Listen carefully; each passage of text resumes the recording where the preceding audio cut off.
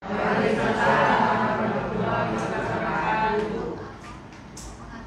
hamdalillah nahmaduhu wa nasta'inuhu wa nastaghfiruh wa na'udzu billahi min sururi anfusina wa min sayyiati a'malina.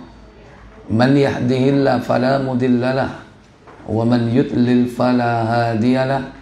Wa asyhadu an la ilaha illallah wahdahu la syarikalah wa asyhadu anna Muhammadan abduhu wa rasuluhu la nabiyya ba'da. Allahumma salli wa sallim wa barik ala Muhammadin sallallahu alaihi wa ala alihi wa ashabihi wa man tabi'ahum bi ihsanin ila yaumiddin, amma ba'd. Puja dan puji syukur kita panjatkan keharibaan Allah atas limpahan nikmat yang Allah berikan kepada kita semua, dipertemukan pada siang yang berbahagia ini dalam keadaan sehat walafiat, dalam kondisi tetap iman dan Islam. Semoga Allah Jalla wa'ala memberikan kita istiqamah, dimudahkan untuk tetap dalam iman dan amal soleh hingga datangnya malakul maut menjemput kita. Semoga Allah memberikan kita nikmat di akhir hidup kita kelak dengan husnul khatimah.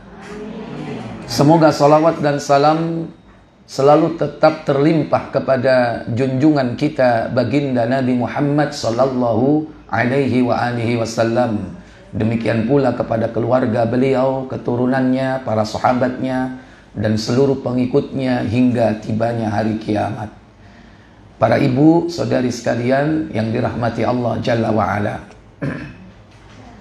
Hari ini kita berjumpa kembali. Mungkin ibu-ibu sudah rutin ya.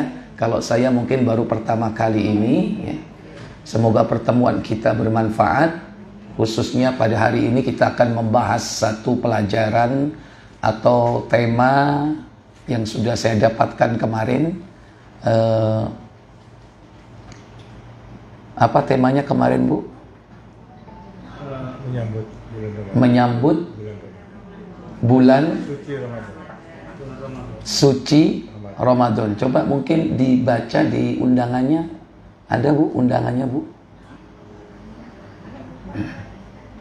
Saya perlu mengkritisi itu kalimatnya supaya meluruskan yang mungkin jadi kebiasaan kita ya.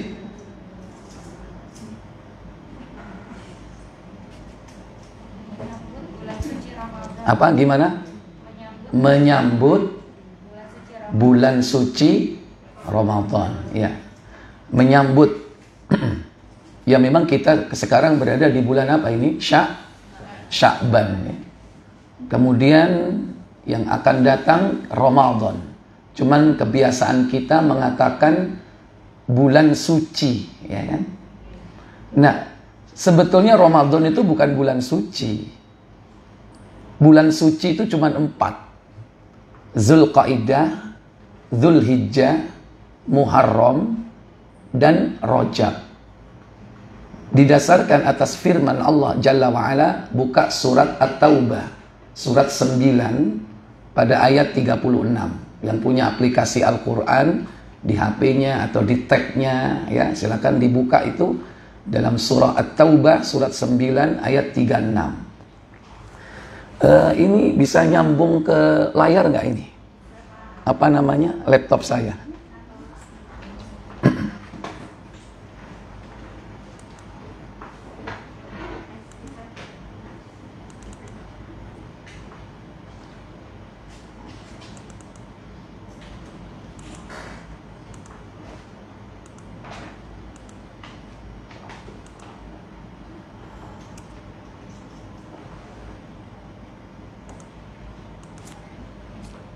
Syukran.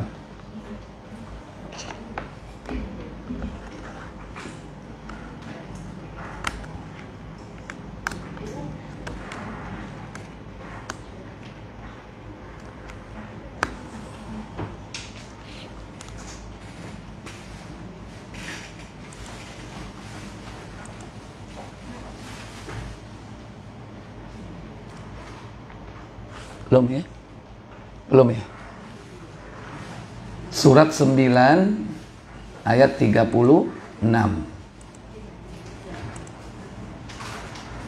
Allah Jalla wa'ala berfirman dalam ayat itu, Inna iddatash syuhuri indallahi 12 syahran fi kitabillahi yawma khalaqas samawati wal arda minha arba'atin hurum. Ada kalimat arba'atin hurum di situ ya. Silakan terjemahkan. Sesungguhnya bilangan bulan pada sisi Allah adalah 12 bulan. Dalam ketetapan Allah di waktu Dia menciptakan langit dan bumi. Di antara 4 bulan haram. Di antaranya 4 bulan haram. Itulah ketetapan agama yang lurus. Baik. Inna iddatasy syuhur, sesungguhnya perhitungan bulan di sisi Allah, 12 syahra, ada 12 bulan dalam 1 tahun ya. Fi kitabillahi, dalam ketetapan Allah. Kapan itu ditetapkan oleh Allah? Yauma khalaqas samawati wal arda, tatkala Allah menciptakan langit dan bumi. Manusia sudah ada atau belum ketika itu, Bu? Duluan mana? Bumi sama manusia? Hah? Adam sama bumi dulu mana? Dulu bumi. Kalau sama langit dulu mana? Nggak tahu ya. Dulu mana Adam sama bumi dan langit? Bingung ya? Baik, buka apa kata Rasulullah. Buka Muslim nomor 2388 tentang kejadian alam ya. Di situ ada 6 hari ya. Nah, kita ini diciptakan kapan ya? Maksudnya bapak moyang kita siapa? Adam. Itu kapan diciptakan? Dulu mana ya? Sekarang saya mau tanya dulu, hewan sama Adam dulu mana? Bu? Hewan sama Adam duluan mana? Kambing sama Adam dulu mana? Gak tahu ya. Kalau ayam sama telur dulu mana? Hah? Dulu telur? Baik, nanti ketemu dalam hadis ini. Silakan baca. Apa kata Nabi? Dari Abu Hurairah radhiyallahu an, ia berkata, apa katanya? Rasulullah sallallahu alaihi wasallam memegang tangannya, lalu beliau bersabda, Allah azza wa jalla menjadikan tanah pada hari Sabtu. Khalaqat turab yaumas sabti. Allah jadikan bumi, tanah itu pada hari Sabtu.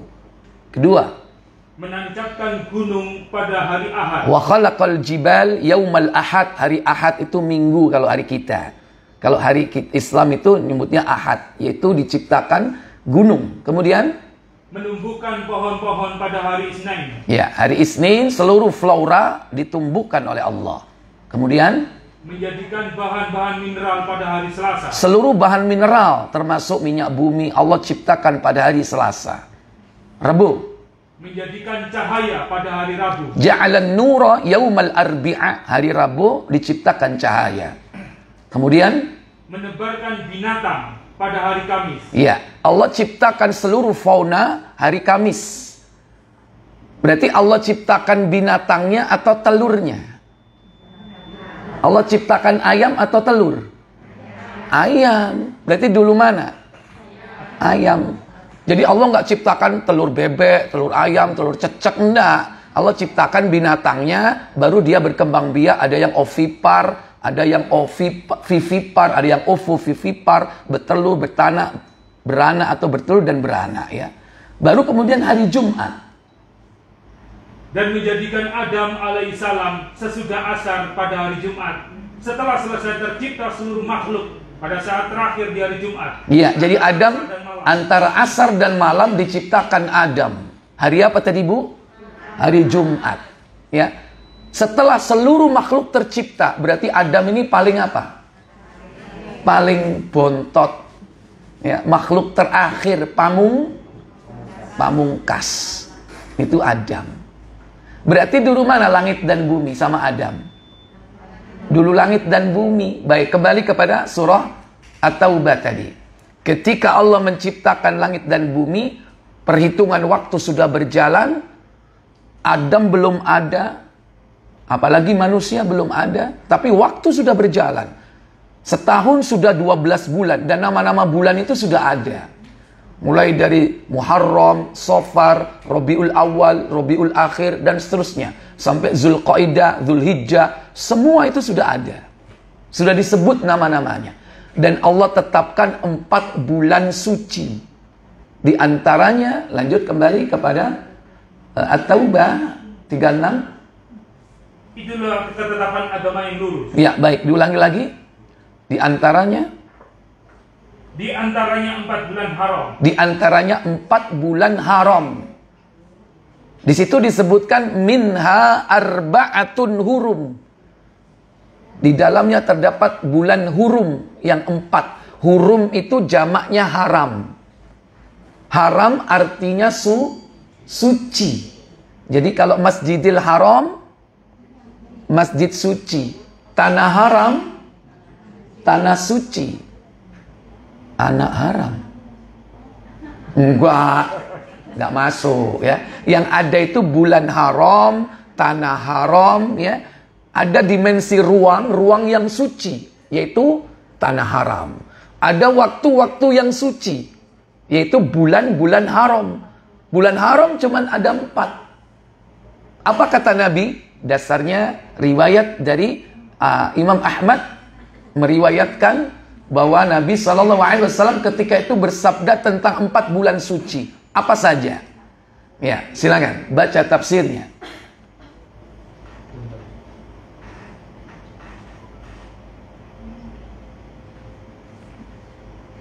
Imam Ahmad mengatakan telah menceritakan kepada kami Ismail dari Abu Bakar bahwa Nabi SAW berkhutbah dalam haji wadaknya. Antara lain beliau bersabda, ingatlah, sesungguhnya zaman telah berputar seperti keadaannya sejak hari Allah menciptakan langit dan bumi. 1 tahun terdiri atas 12 bulan. 4 bulan diantaranya adalah bulan-bulan haram atau suci. 3 diantaranya berturut-turut. 3 berurutan. Apa saja? Yaitu Zulqa'dah, bulan 11. Zulhijjah, bulan 12. Dan Muharram. Muharram bulan pertama. 3 berurutan. Terus ada 1 yang menyendiri. Yang lainnya ialah Rajab Mudhar. Rajab Mudhar, yaitu bulan yang terletak antara apa? Yang terletak di antara bulan Jumadil Akhir dan Sya'ban. Jumadil Akhir dan Sya'ban. Antara Jumadil Akhir dan Sya'ban yaitu bulan Rajab. Itu bulan suci cuman 4 itu aja, Bu. Kenapa Rajab disebut dengan Rajab Mudhar? Karena Nabi membenarkan perkataan Bani Mudhar tentang bulan suci yang menyendiri. Bahwa suku Mudhar mengatakan bulan suci itu antara Jumadil Akhir dan Sya'ban. Berbeda dengan suku Rabi'ah. Ada sekelompok dari suku Rabi'ah mengatakan bulan suci yang menyendiri itu antara Sya'ban dan Syawal. Apa antara Sya'ban dan Syawal? Antara Sya'ban sekarang dan Syawal. Apa tengah-tengahnya? Ramadan. Nabi tidak membenarkan pendapat itu, yaitu pendapat Bani Rabi'ah. Baik, teruskan tafsirnya. Adapun mengenai sabda Nabi sallallahu alaihi wasallam yang mengatakan 3 bulan diantaranya berturut-turut, yaitu Zulqa'dah, Zulhijjah, dan Muharram, lalu Rajab Mudhar yang terletak di antara bulan Jumadil dan Sya'ban. Sesungguhnya Rasulullah SAW mengidafahkan atau mengaitkannya dengan Mudhar untuk menjelaskan kepada mereka kebenaran perkataan orang-orang Mudhar terhadap bulan Rajab, bahwa bulan Rajab terletak di antara bulan Jumadil dan Sya'ban. Bukan seperti diduga oleh orang-orang Rabi'ah. Rabi'ah, salah satu suku bangsa Arab yang mengatakan apa? Yang mengatakan bahwa bulan Rajab yang diharamkan atau disucikan ialah bulan yang terletak di antara bulan Sya'ban dan Syawal. Yaitu Ramadan sekarang ini. Terus, kok sekarang ini? Nggak ada. Jangan ditambahin, ngawur ditambah-tambahi sekarang ini. Belum. Ya, los, nggak ada itu. Saya menjelaskan bahwa yang dimaksud adalah Rajab Mudhar, bukan Rajab Rabi'ah. Bukan Rajab Rabi'ah. Ya, bukan bulan suci yang seperti kata Bani Robi'ah. Yang benar kata Bani Mudhor, yaitu Rajab. Jadi bulan suci apa aja, Bu? Halo. Zulqaidah, terus Dzulhijjah, Muharram, Rajab. Ramadan masuk bulan suci apa enggak? Enggak. Cuman kita kadung kebiasaan menyebut bulan suci. Karena bahasa Arab suci itu haram. Tanah haram, Masjidil Haram, bulan suci. Terus enggak terima. Lah terus Ramadan bulan apa? Karena kita kadung kebiasaan ya, memuliakan bulan ini ya. Bulan apa kalau begitu? Bulan Ramadan. Sekarang saya mau tanya, ada yang tahu nggak Ramadan itu bulan apa, Bu?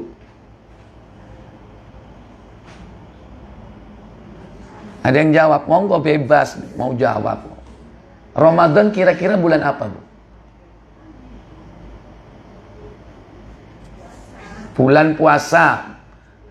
Nggak salah itu, tapi belum benar. Syahrus Siyam, ya kan, bulan puasa. Yang lain, Syahrul Maghfirah, bulan ampunan. Nggak salah, tapi belum benar. Yang lain, bulan apa lagi? Bulan ampunan, bulan puasa, bulan apa lagi? Bulan yang dimuliakan Allah. Ya, semuanya tidak salah ya. Tapi saya mengikuti apa yang dikatakan Rasulullah. Karena Rasulullah sendiri mengatakan tentang bulan Ramadan. Bulan apakah bulan Ramadan itu? Apa kata Nabi? Buka An-Nasa'i, Sahih An-Nasa'i nomor 2105. Jadi An-Nasa'i itu hadis, Bu ya, bukan Al-Qur'an. Karena ayat atau surat An-Nasa'i nggak ada ya. Suratnya cuma hanya 114, nggak ada An-Nasa'i. Ini apa namanya? Hadis ya. Silakan.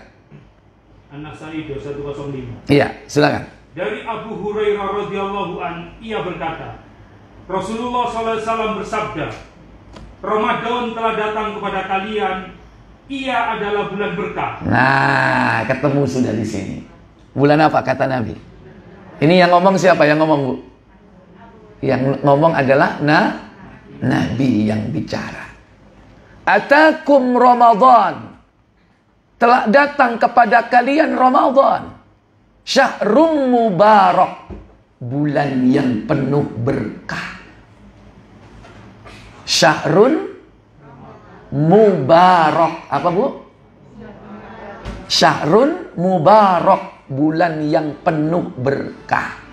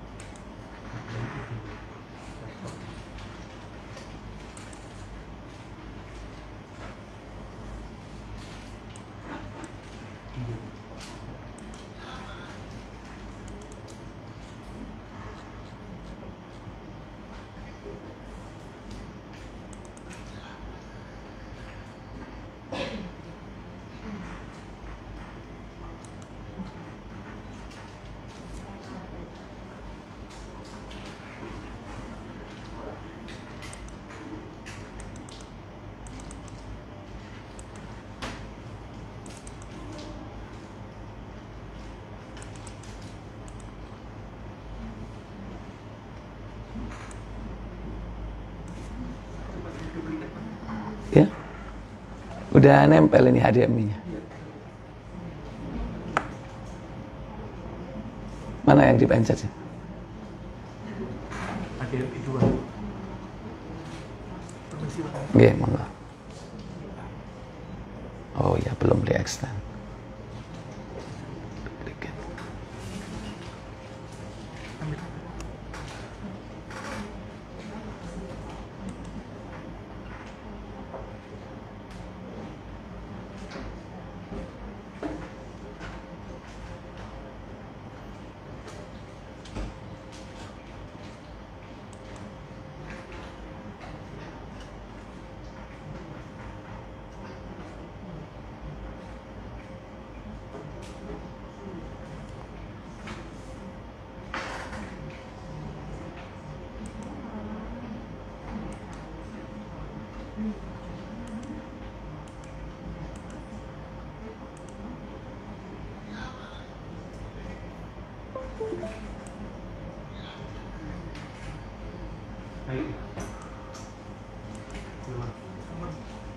Sampun, alhamdulillah, jazakallah khairan.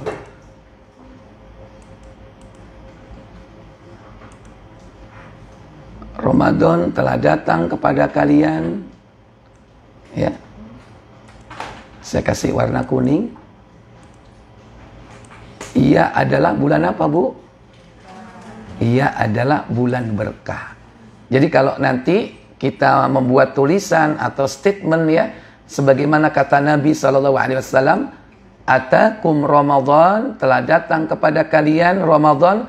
Di sini disebutkan bahasa Arabnya syahrun mubarakun, syahrum mubarak, ya, bulan yang berkah. Nah, sekarang kenapa kok dia disebut bulan berkah? Ada beberapa poin kenapa dia dikatakan berkah. Baik, lanjutkan hadisnya.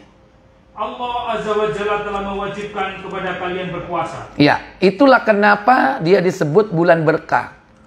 Karena ada puasa di dalamnya. Faradallahu alaikum siyama. Allah mewajibkan bagi kalian puasa.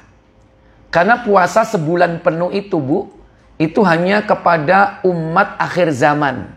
Umat Nabi kita Muhammad. Dulu-dulu itu puasanya nggak sebulan penuh. Yaitu puasanya 3 hari dalam setiap bulan. Itu dimulai sejak zaman Nabi Nuh. 3 hari dalam setiap bulan. 3 hari dalam setiap bulan.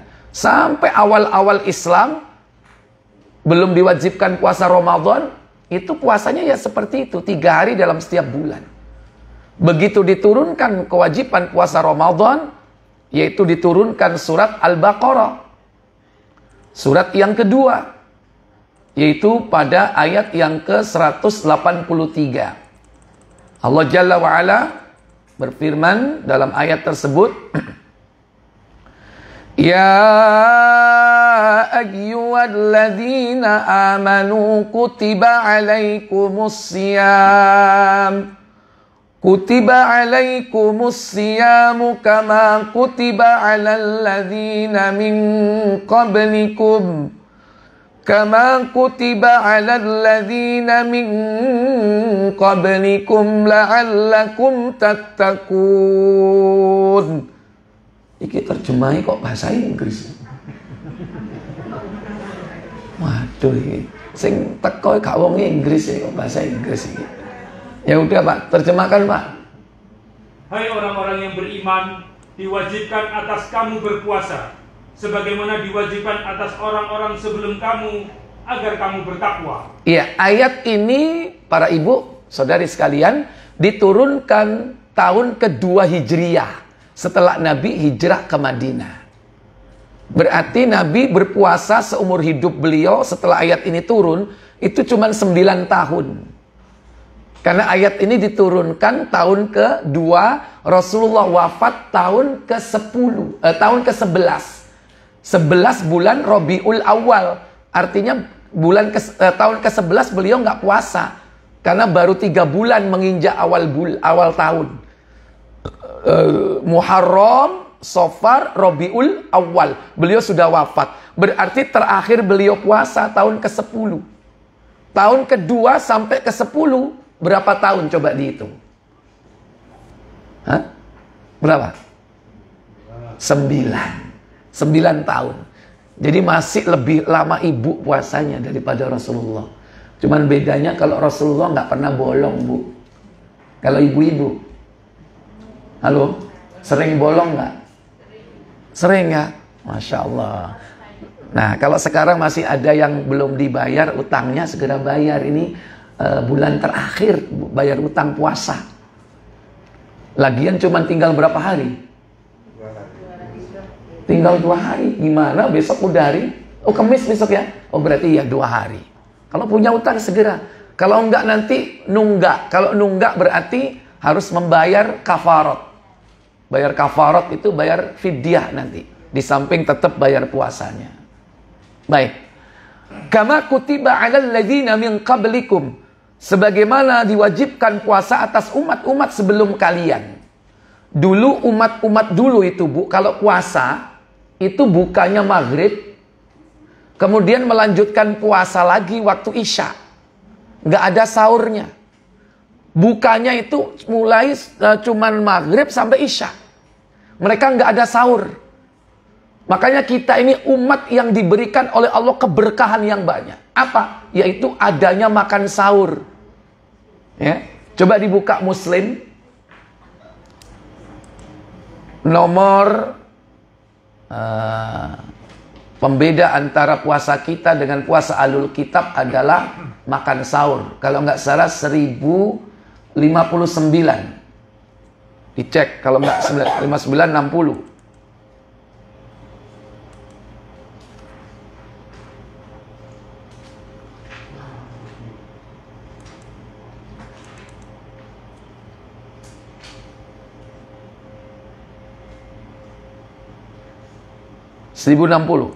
Silakan baca.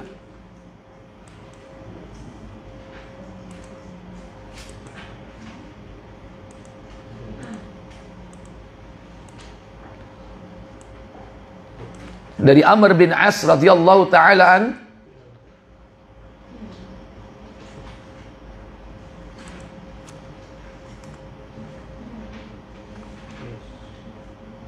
dari Amr bin As radhiyallahu an katanya, Rasulullah SAW bersabda. Apa sabda beliau sallallahu alaihi wasallam? Perbedaan puasa kita dengan puasa Ahlul Kitab ialah makan sahur. Ya, jadi Ahlul Kitab, orang-orang sebelum kita itu nggak ada makan sahur.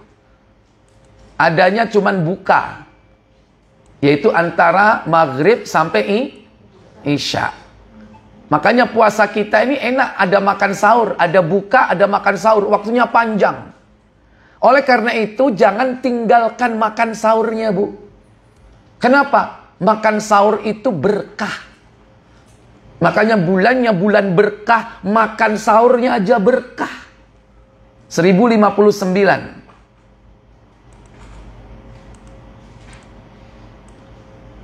Ayo. Dari Anas radhiyallahu an, ia berkata. Apa katanya? Rasulullah SAW bersabda. Apa sabda beliau sallallahu alaihi wasallam? Makan sahurlah kamu, karena makan sahur itu mengandung berkah. Ya, ini kurang lengkap. Makan sahurlah kalian, karena makan sahur itu mengandung apa? Mengandung keberkahan. Makannya saja berkah, Bu. Apapun makanannya, Bu. Kalau judulnya makan sahur itu berkah. Apa yang dimaksud berkah? Para ulama menyebutkan berkah itu az-ziyadatu fil khairi, yaitu tambahan kebaikan. Diberikan oleh Allah kita kekuatan, diberikan oleh Allah kita kemampuan. Kenapa? Makanannya berkah. Makanya kadang ada orang itu sahur cuman apa, Bu? Minum doang ya. Tapi kenapa kok kuat sampai maghrib? Karena Allah memberikan berkah. Dari air yang seteguk, 2 teguk, 1 gelas itu menjadi keberkahan kita. Orang kafir itu nggak habis pikir, kon kok iso ya?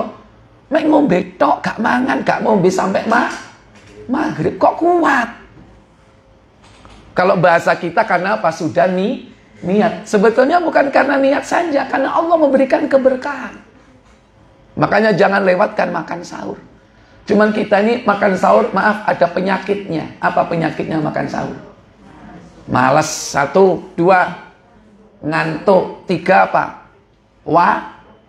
Kuareken. Mulai kakean buka kuareken, sahur males. Atau sudah kekenyangan. Tetap jangan tinggalkan, tetap bangun walaupun minum seteguk air. Kenapa? Berdasarkan hadis ini bahwa makan sahur itu berkah. Umat-umat dulu itu nggak ada makan sahurnya. Puasanya sampai maghrib, isya puasa lagi. Lah kalau maghrib sampai isya dia lupa, tidak berbuka, ketiduran, begitu bangun sudah isya, harus nyambung terus sampai besok maghribnya. Kira-kira kalau begitu gimana, Bu, puasanya, Bu? Kuat nggak? Makanya kalau kita diberikan oleh Allah keberkahan di dalam puasa kita, jangan dilewatkan. Kemudian selanjutnya yang kedua, kenapa dikatakan berkah? Lanjut, kembali ke An-Nasai.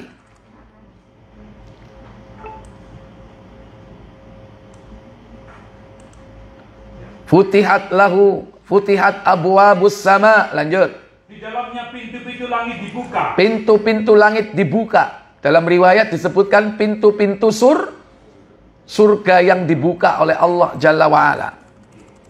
Sebaliknya pintu-pintu apa yang ditutup? Pintu-pintu neraka jahim ditutup. Iya, pintu-pintu neraka, bukan hanya jahim ya. Seluruh neraka pintunya ditutup. Artinya Allah mudahkan orang berbuat baik, Allah persulit orang berbuat jelek. Amalan-amalan ahli neraka itu dipersulit oleh Allah. Makanya kadang diingetin, rek, ojo ngelakoni ngono, poso-poso. Itu berarti kita dimudahkan untuk melakukan kebaikan dan dipersulit untuk melakukan keburukan. Arab berbuat maksiat, nyari maksiat. Ndire ono diskotik buka iki poso-poso. Nggak ada Ibu ya? Nggak ada. Coba kalau di luar puasa, banyak nggak? Halo? Kok menengahi pura-pura? Ya. Kemudian selanjutnya yang keempat, apa keberkahannya? Dan setan-setan pembangkang dibelenggu. Iya. Wa sufidatil maradatus syayatin, dan setan-setan pembangkang dibelenggu. Jadi yang dibelenggu itu para ibu itu dedengkotnya setan. Jadi pentolan-pentolannya, jenderal-jenderalnya yang dibelenggu. Tapi yang kopral-kopralnya, yang kerucu-kerucu itu masih ada. Makanya di bulan Ramadan juga tetap masih ada orang berbuat maksiat. Ada nggak orang berbuat maksiat di bulan Ramadan? Berarti masih kalah dengan apa? Kalah dengan prajuritnya, kalah dengan kopralnya. Tapi jenderal-jenderalnya dibelenggu. Nah kita ini tidak bisa kalah dengan kopral-kopralnya. Makanya ini keberkahan buat kita. Dipelihara oleh Allah dari godaan setan. Dan yang paling utama, apa keberkahan yang kita harapkan dan kita cari? Apa kata Nabi? Demi Allah, di dalamnya ada satu malam yang lebih baik dari 1000 bulan. Itu. Bagi siapa yang tidak mendapatkan kebaikannya, maka sesungguhnya ia tidak mendapatkannya. Kata Nabi, wallahi, demi Allah, fihi lailatun, di dalam bulan Ramadan itu ada satu malam. Bukan 2 malam, 3 malam, cuman 1 saja malam. Khairun min alfi syahrin, yang malam itu lebih baik dari 1000 bulan. Itulah malam Lailatul Qadar. Siapa yang beribadah pada saat itu sama dengan beribadah selama 1000 bulan. 1000 bulan itu kalau dikonversi ke tahun, 83 tahun 4 bulan. Saya tanya, Bu, ada nggak orang usianya 83 tahun? Ada, tapi jarang. Pertanyaan kedua, apakah mungkin selama 83 tahun full dipakai ibadah? Pertama, dikurangi waktu belum balik. Berapa tahun? Hah? Berapa tahun? 12 tahun. Ya, sudah berkurang. Dikurangi waktu masih belunak bien. Pirang tahun? Halo? Ngaku orek. Berapa tahun? Lupa, saking ngakeni. Ya? Nah ini, waktu masih jahil dulu. Sudah berkurang. Makanya seandainya ada orang usia 83, kita diberi 83 tahun, belum tentu full ibadah. Nah ini cukup 1 malam, kalau kita saat itu sedang beribadah, seperti ibadah 83 tahun. Baca Quran ketika Lailatul Qadar turun, seperti baca Quran 83 tahun. Ketika kita sedang sholat ketika saat Lailatul Qadar turun, seperti sholat 83 tahun. Ketika itu kita sedang zikir, seperti zikir 83 tahun. Ini hanya untuk kebaikan, tapi nggak berlaku untuk maksiat. Maksudnya apa? Pada saat Lailatul Qadar turun, cangkruk nang warkop, bukan cangkruk 83 tahun. Nggak berlaku untuk perbuatan maksiat. Jadi berlakunya untuk yang baik, yang baik-baik. Makanya jangan lewatkan. Kita ini apa? Umat akhir zaman itu umat usianya pendek. Kata Nabi, al-umru ummati baina sittin wa sab'ina sana. Umur umatku itu antara 60-70. Kalau umat dulu, lihat Nabi Adam, usianya berapa? 1000 tahun. Lihat Nabi Nuh, berapa usianya? 950 tahun. Ya. Jadi kita ini untuk mengejar ketertinggalan ibadah kita dengan nabi-nabi dan umat dulu, makanya Allah memberikan apa? Lailatul Qadar, supaya kita punya lompatan. Satu kali saja kita dapat Lailatul Qadar seperti ibadah 83 tahun. Berarti kalau kita pengen seperti Nabi Adam, usianya 1000 tahun untuk ibadah, berarti harus berapa kali Lailatul Qadar? Ayo jumlah 1000 bagi 83. Berapa kali? Berapa? Berapa kali harus dapat Lailatul Qadar? Harus punya target. Harus 12 kali, Bu, harus dapat Lailatul Qadar. Pertanyaannya, kita sudah dapat berapa kali? Halo.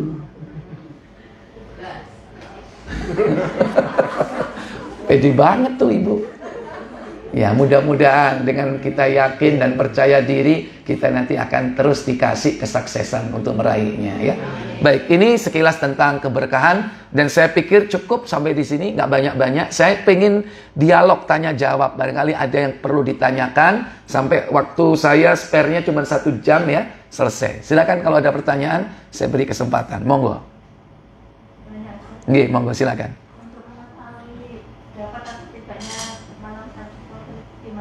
Ciri-cirinya yang mungkin kita peroleh atau yang tidak kita peroleh. Oh iya, baik. Jadi kalau ciri-ciri secara fisik yang ada pada seseorang itu Allah tidak memberitahukan. Tapi ciri-ciri alam lingkungan, ya, kapan terjadinya, nah itu dikasih. Dalam Sahih At-Tirmidzi, coba dibuka kalau nggak salah nomor 731 ya mungkin.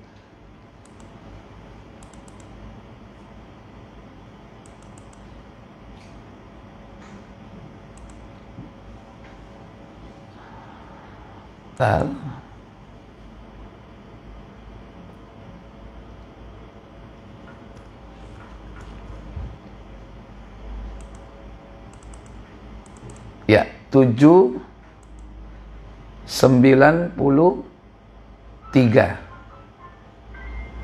Tirmizi 793.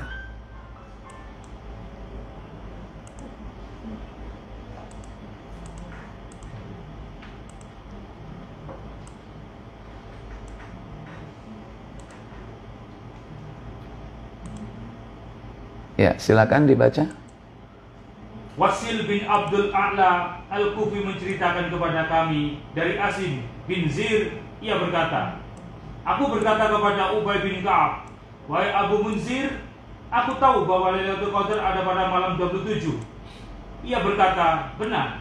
Rasulullah SAW memberitahu kami bahwa Lailatul Qadar adalah suatu malam yang pada keesokan harinya matahari terbit tanpa ada sinarnya. Itu ciri-cirinya, Bu, ya.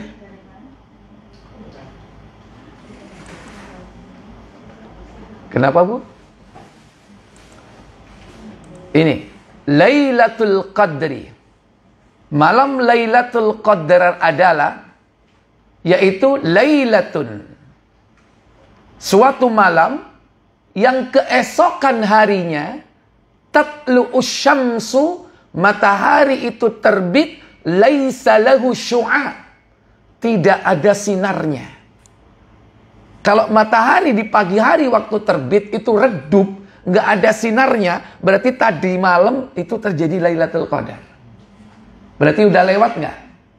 Udah lewat nggak? Wis kaset. Waduh, ketokane mabengi kira. Tapi aku mabengi delok bal-balan, aduh kon ya kan.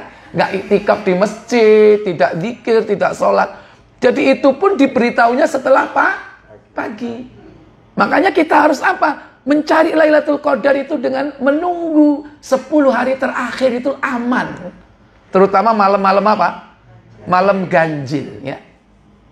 Kenapa? Di nomor 792 diperintah di malam-malam ganjil. Ya. Baca sebelumnya, Tirmidzi. Harun bin Ishaq Al-Hamdani menceritakan kepada kami, Abda bin Sulaiman memberitahukan kepada kami dari Hisham bin Urwa dari ayahnya, dari Aisyah radhiyallahu anha, ia berkata, Rasulullah SAW biasa beritikaf pada 10 terakhir dari bulan Ramadan. Beliau bersabda, bersungguh-sungguhlah kamu untuk mendapatkan Lailatul Qadar pada 10 terakhir dari bulan Ramadan. Pada 10 terakhir di bulan apa? Ramadan. Bersungguh-sungguhlah kalian. Ya. Nabi ketika 10 hari terakhir, apa yang beliau lakukan? Itikaf di masjid. Ya. Jadi itu salah satu cara yang harus kita lakukan. Intinya apa? Isi dengan ibadah. Bagi ibu-ibu yang mungkin barangkali ya tidak bisa itikaf di masjid, tetap lakukan ibadah di rumahnya masing-masing. Ya. Salat, zikir, baca Al-Quran, ya. Atau mungkin melayani suaminya, nggak apa-apa. Mungkin menyiapkan sahurnya. Niatkan untuk beribadah kepada Allah Jalla wa'ala. Allah nanti yang akan menentukan siapakah yang akan memperolehnya. Jadi kalau tanda secara fisik, ya, nggak ada dalilnya.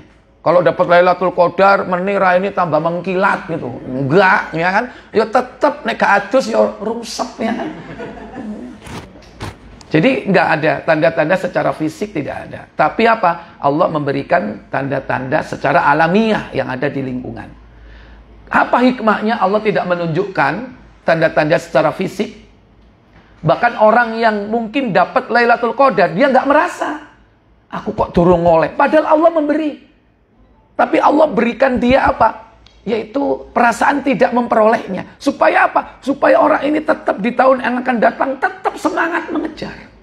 Kalau seandainya diberikan oleh Allah pengetahuan tentang dia dapat Lailatul Qadar, ada SK dari langit. Wah, besok tahun depan leha-leha. Aku soleh kok wingi kok.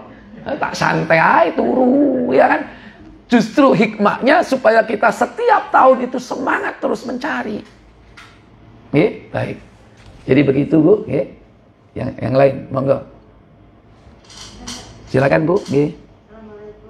Waalaikumsalam warahmatullahi wabarakatuh. Kira-kira yang mendapat sepertinya umpama ya, kita mohon maaf, dan tadinya nggak pernah sholat tahajud, jadi rajin sholat tahajud, yang tadinya itu nggak pernah berjamaah ke masjid, rajin, kan nggak gitu. Iya. Baik. Ya, mudah-mudahan itu salah satu indikasi. Salah satu indikasi orang itu dapat Lailatul Qadar, bahwa dia semakin bertambah amal solehnya. Ya kan? Tapi yang pertama, Nabi tidak menyebutkan seperti itu. Nggak ada dalil kan? Ini yang harus kita pegang. Nggak ada dalil secara spesifik. Ya kan? Yang kedua, seandainya itu memang benar indikasinya, itu sifatnya spesifik. Sifatnya spesifik. Artinya apa? Itu terjadi per person. Nggak setiap orang seperti itu. Nggak setiap orang seperti itu. Bisa jadi mungkin Allah memberikan cara lain. Memberikan dia mungkin dulu yang belum dapat Lailatul Qadar sama istrinya jahat, ya kan? Setelah dapat Lailatul Qadar jadi apa? Lembut. Bisa jadi itu. Tapi kan spesifik.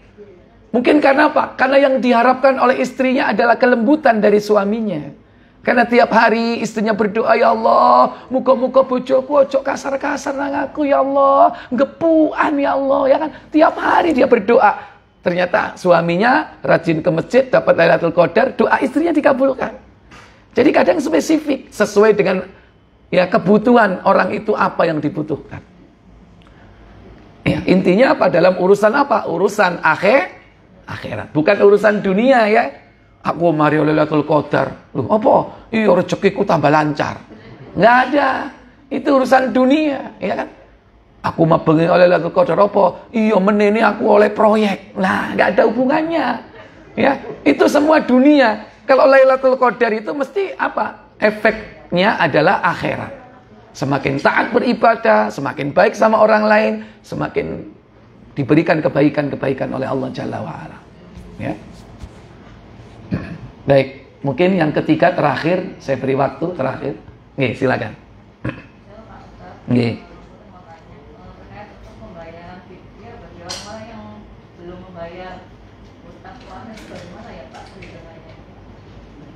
Iya. Ya, jadi begini. Ada utang puasa, ada tunggaan. Tunggaan itu apabila utangnya tidak dibayar. Itu nunggak.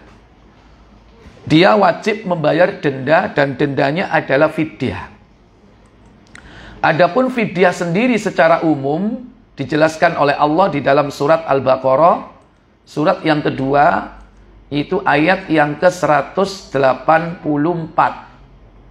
Allah Jalla wa'ala berfirman, ayyaman ma'dudat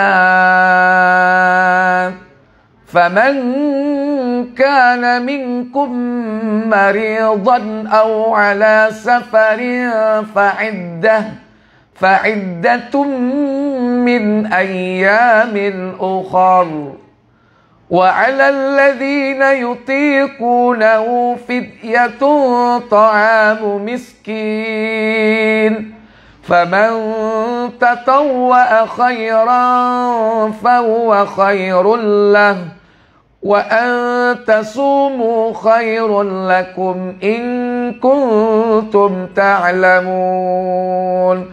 Apa kata Allah Jalla wa'ala? Yaitu dalam beberapa hari yang tertentu. Maka barang siapa di antara kamu ada yang sakit, maridon, sakit, atau dalam perjalanan lalu ia berbuka, atau dalam keadaan safar, perjalanan, kemudian dia tidak puasa, maka wajiblah baginya berpuasa sebanyak hari yang ditinggalkan itu pada hari-hari yang lain. Maka wajib menggantinya dengan hari yang lain, yaitu namanya qadha puasa. Nah, bagi mereka yang berat menjalankan, lanjut. Dan wajib bagi orang-orang yang berat menjalankannya, jika mereka tidak berpuasa, membayar fidyah. Nah, alladzina yutiqunahu, yang berat menjalankannya, maka wajib fidyatun. Apa fidyah itu? Fidyah itu yaitu apa? Yaitu memberi makan seorang miskin. Ta'amu miskin, memberi makan orang miskin. Ya. Kita bicara fidyah dulu, bukan bicara tunggaan dulu, fidyah.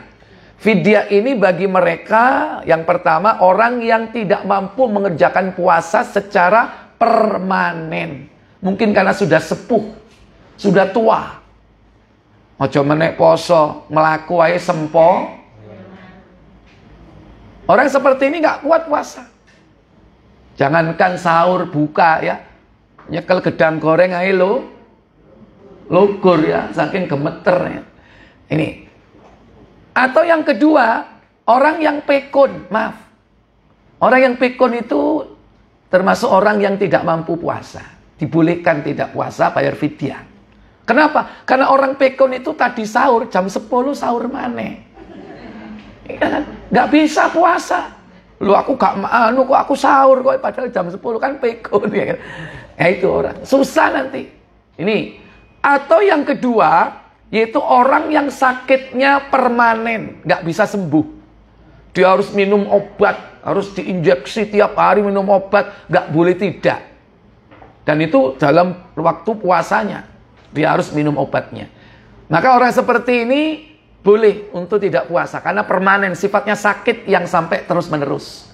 Nah, ketika dia sembuh nanti baru boleh puasa.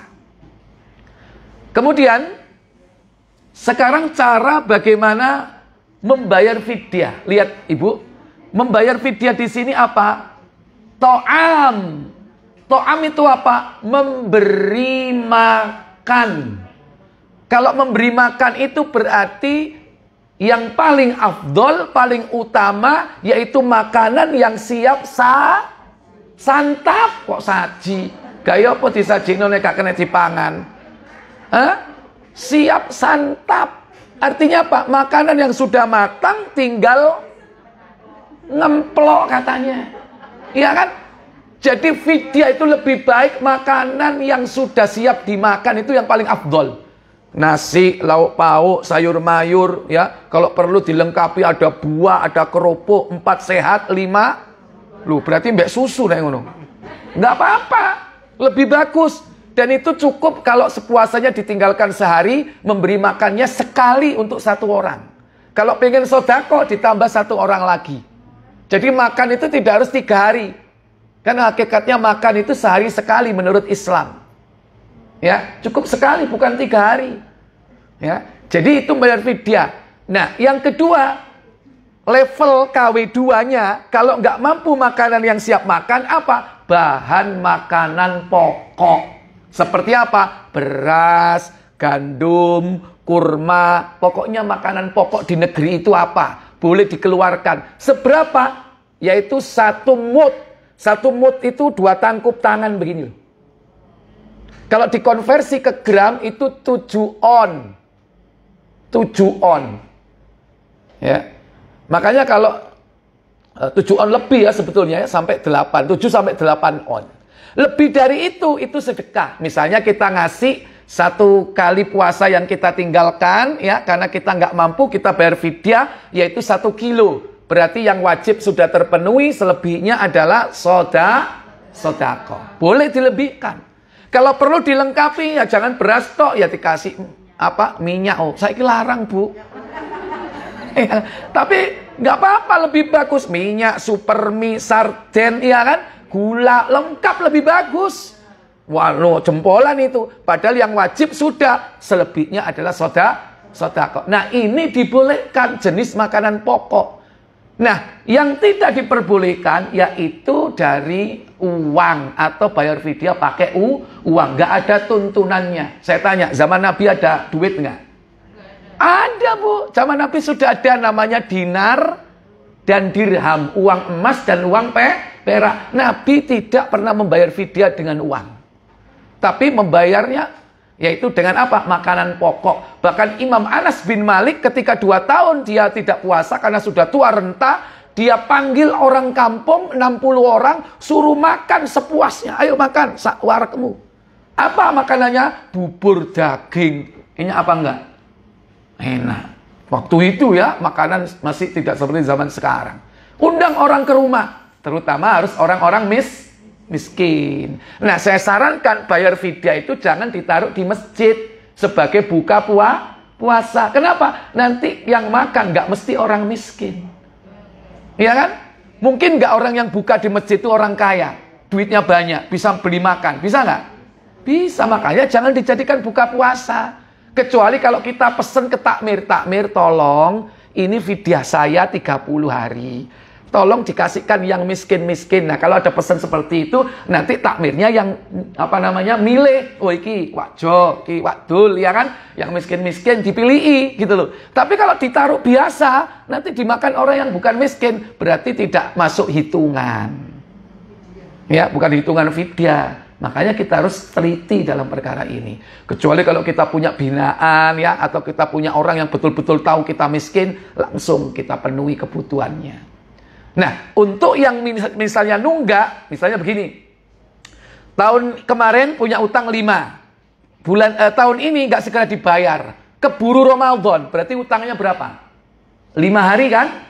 Nanti setelah Ramadan, dia tetap harus bayar utangnya 5 hari. Plus dengan dendanya bayar fidyah setiap kali hari itu 1 orang miskin.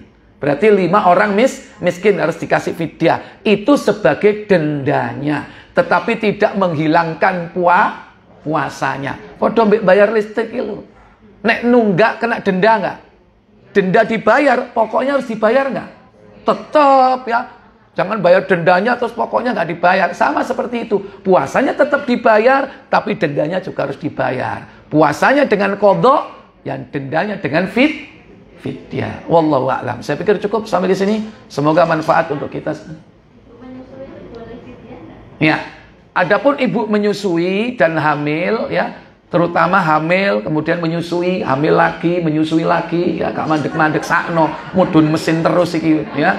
Ada loh yang seperti itu, Bu. Nah, seperti itu cukup fidyah. Tapi kalau menyusui, hanya karena takut kepada dirinya sendiri, ya, maka nanti tetap harus membayar puasa di hari yang lain. Tapi kalau tidak mampu membayar puasa, takut keburu datang Ramadan lagi, maka cukup bayar fidyah. Kalau keburu Ramadan berikutnya tapi nggak mampu bayar, karena dia nggak sempat, karena menyusui, karena takut kepada dirinya. Nah, nanti cukup bayar fidyah saja. Tapi kalau dia mampu puasa itu lebih baik. Wa antasumu khairul lakum in kuntum ta'lamun, sebagaimana ayat ini. Dan puasa itu lebih baik jika kalian mengetahuinya, ya. Baik, saya pikir cukup. Kita tutup kafarat majelis. Subhanakallahumma wa bihamdik, asyhadu an la ilaha illa anta, astaghfiruka wa atubu ilaik. Wassalamualaikum warahmatullahi wabarakatuh.